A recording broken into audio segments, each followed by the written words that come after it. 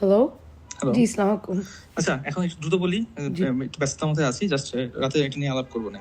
আচ্ছা, মূল জিনিস হচ্ছে যে বর্তমান চিফ প্রসিকিউটর অনেক ভালো লোক, রিজনেবল লোক। ঠিক আছে? আচ্ছা। এখন সামনে যেটা করবে, আপনাদের মামলাটা নিয়ে ইয়া তারেক আব্দুল্লাহ, মইনুল করিম আর নোমান এবং আমি এবং চিফ প্রসিকিউটর এবং জোহা সবাই একসাথে বসা হবে। তো তখন ওরা যদি বিপক্ষে বলবে, আমি পক্ষে বলবো। হ্যালো? জি, জি ভাইয়া। হ্যাঁ, সেটা হচ্ছে আমার দিক থেকে আমি পজিটিভ বলবো। ঠিক আছে? আচ্ছা, আশা করি রিজনেবলনেস উনি বুঝবে। ওকে, বাকিটুকু দেখা যাক কি হয়। তো নোমান ভাই, হ্যালো, ওনারা তো সবসময় উল্টা বলবে, সেটা তো আর আমি তো ওনাদেরকে তো স্টপ করতে পারবো না। হ্যাঁ, if the আর chief অন্য prosecutor says যারা that আছে যে ওরা কি পক্ষে না বিপক্ষে? ওদেরকে তো চিনি না। most probably বিপক্ষে, এরা সবাই? ঠিক আছে, অবশ্যই। কিন্তু কিন্তু সবার কথাতে চিফ প্রসিকিউটর চলবে না, সে তার মতো করে ডিসিশন নেবে। ওকে, তো সে যদি বোঝে যে অন্যরা কেন আমাদের innocent, বিপক্ষে? ওদের কি করছি?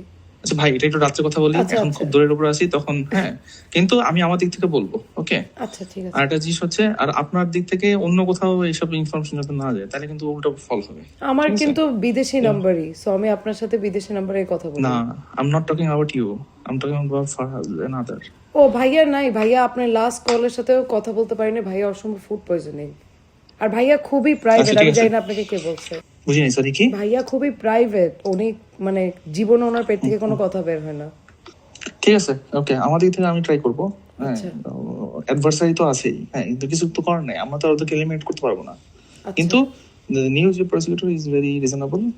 হ্যাঁ, এবং উনি সাহসী, এবং যেহেতু ওনার দল ক্ষমতায়, সো উনি যে কোনো ডিসিশন নিতে পারবে, সেটা নিয়ে সমস্যা নেই। ওনার শুধু একটা সাপোর্ট লাগবে। সো উনি যদি মনে করে যে he is innocent and if get support from my side, things can be done. আপনাদের মিটিং কখন দেওয়া? হবে, রিসেন্টলি হবে। আপনি ওনাকে বিএনপি কারোর দিক থেকে বড়ানোর ব্যবস্থা করেন ইমিডিয়েটলি। ঠিক আছে? আচ্ছা, ওকে, ঠিক আছে ভাই, থ্যাংক হ্যাঁ, ইউ। এটা আপনারা আগে থেকে এনশিওর করে রাখেন। হুম্মাম অথবা মীর হেলাল, হ্যাঁ, হ্যাঁ, আমি এই টাইপের ভাইয়াদেরকে অথবা বলবো মন্ত্রী টাইপের, তাহলে যে ওনারা একটু হ্যাঁ, যদি বলে মন্ত্রী দেন। টাইপ থেকে বলে রাখেন। অবশ্যই বলার ব্যবস্থা করবেন। ঠিক ঠিক আছে? আছে, ওকে ওকে, ভাই, থ্যাংক ইউ। ঠিক আছে। আর শুনুন, আরেকটা জিনিস আমি জি। একটু ফ্র্যাঙ্কলি বলি, আমি জানি না আপনারা এখন কি, আমি কি আসলে আপনাদের থেকে কোনো পার্ট টাইম যাবো কিনা, না একবারই পরে যাবো, কোনটা ওয়াইজ হয়, কোনটা হলে বেটার? এগুলো কাজ হয়ে যাওয়ার পর হলে বেটার হয় না?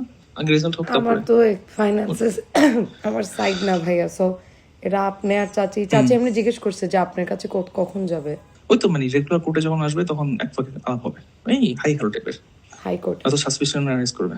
ঠিক আছে, অথবা আপনি যদি ওনার কাছে যান তখন কথা বলে দিন আপনার ফোন দিয়ে। আমি ভাইয়ের মধ্যে যাবো না, আমি সিডনি চলে যাচ্ছি।